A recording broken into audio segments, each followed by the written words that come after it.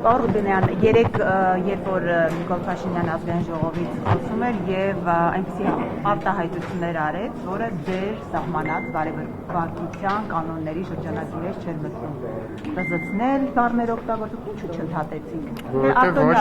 Որովհետեւ ոչ ոքի ուղիղ չվիրավորեց։ Ընդդիմությանը վիրավորելը ուղիղ վիրավորել ոչ մեկին հասարակական վիրավորանք չհասցվեց, դրա համար չընդհատեցի։ Այսինքն դուք ի տարբերություն իդեպ ընդդիմադիր գործիչների, որոնք երեք առնվազն մի քանի անգամ վիրավորական արտահայտություններ են արել, նույնիսկ անեծքի պաշտոնական բացում արեցինք ազգային ժողովի նիստերի դահլիճում, երբ որ ուժեղ Հայաստան խմբակցության անունից ելույթ ունեցողը պաշտոնապես անիծեց մեզ եւ մեր սերունդներին, բայց ինչեւ է օրինալ լինեն նրանք։ Հիմա երբ որ արդեն ծափահարում են, երբ որ կադրոպոսի անունը Ավազանյանով չեն ծափահարում, դմդմփաստում, դրանք տարբեր բառեր են։ Ձեր մասն է, երբ որ Ավազանյանով է կոչվում, դուք ծափահարում եք։ Չէ, մենք ծափահարում ենք իրենց դմդմփաստնել։ Մենք սիրում ենք իրենց։ Հիմա ուզում եմ ասեմ, այդ ամեն ինչը ավարտեց, երբ Փաշինյանը վերջ դրեց այդ պրակտիկային ընդդիմություն իշխանություն։ Չգիտեմ, դե առնվազն հա ինչ-որ մի հատվածում սկսվեց լրության տակ հնչել այդ անունը։ Բարեվարկության այս կանոնը շարունակում է ձեր կարծիքով, թե ամեն դեպքում։ Իհարկե շարունակում, չեք զգում։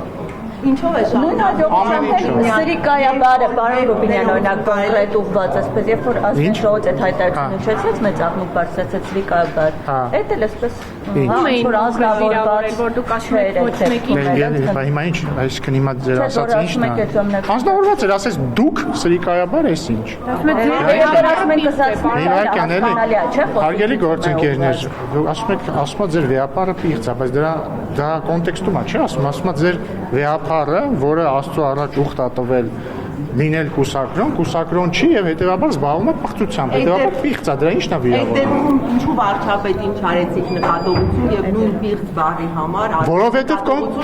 որովհետեւ կոնկրետ այդ դեպքում պիղծը բնականաբար վիրավորանք չէր, գնահատական էր մի մարդու, ով Աստծո առաջ ուխտ է տվել չզբաղվել անառակությամբ եւ զբաղվել է պղծությամբ։ Պղծություն չի, երբ որ բարձրաստիճան հոգեորականը Աստծո առաջ տրված իր ուխտը կուսակրոն լինելու խախտում է, դա պիղծ բառի, պղծություն բառի դասական ներող դե կթողեք ավարտել։ Սրիկայաբար բառը գնահատական չի, դա վիրավորանք է։ Լսեք, ես հասկանում եմ, որ Ազատություն ռադիոկայանը դարձել է Էդգար Ղազարյանի փաստաբանը, ինչը շատ բան է խոսում Ազատություն ռադիոկայանի որակի կտրուկ անկման վերաբերյալ մի ընդհատեք ինձ։ Ես հասկանում եմ նաև,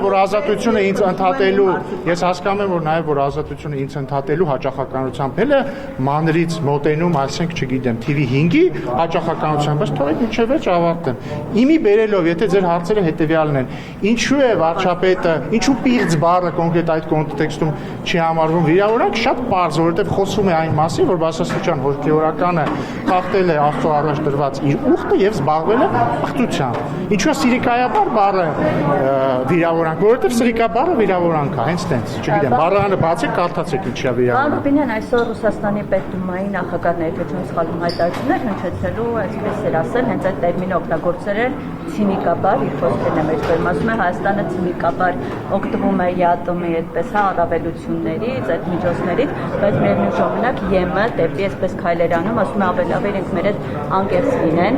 Սրա վերաբերյալ ինչ կարող եք ասել եւ քանի որ արդեն Նիկոլ Փաշինյանն էլ, հա, հենց կառավարության ծրագիր ներկայացնելիս ասաց, որ առաջիկան պատրաստվում է ինչ որ ժամկետներ կան, հստակ եթե այդ դիմումը պատրաստվում է։ Անկեղծի մասով մենք չափազանց անկեղծ ենք եւ մենք միշտ ենք անկեղծ եղել, մենք չէ որ որևէ բան ենք անում Ռուսաստանի Դաշնության հետ հարաբերությունները վատթարացնելու համար, հակառակը մենք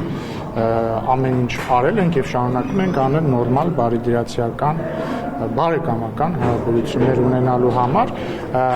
այս կոնտեքստում ես կարծում եմ, որ հայկական տնտեսվարողների դեմ կիրառվող անարդարացի եւ անտեղի սահմանափակումները չեն համապատասխանում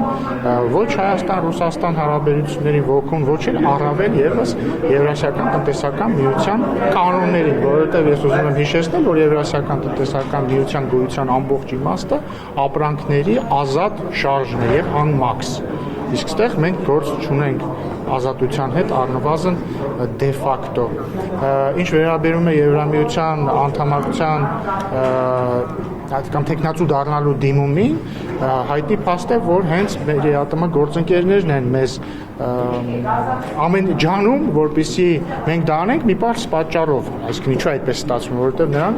անդադ ասում են, որ մենք պետք է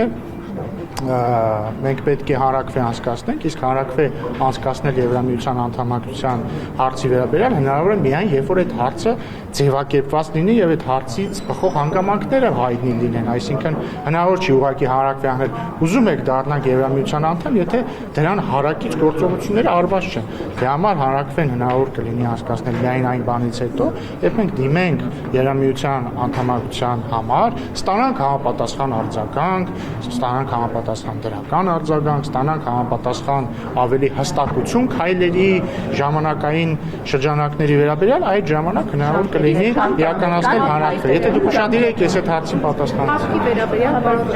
վարչապետ Նիկոլ Փաշինյանը հայտարարեց, որ ուրախ ներողություն, դուք ասում եք ժամկետը ինչքան է, այ հենց հաշվի առնելով, որ այդ հարցի պատասխանը դեռ չկա, դրա համար հիմա հնարավոր չի անել հանրակրվե։ վարչապետ Նիկոլ Փաշինյանը հայտարարեց, որ ուրախ կլինեն, որ հապկից Հայաստանից հեռացնել, Պեսկովն էլ արձագանքել էր եւ նշել էր, որ Երևանն ազատ է իր ընտրությունների հարցում եւ իրենք կարող են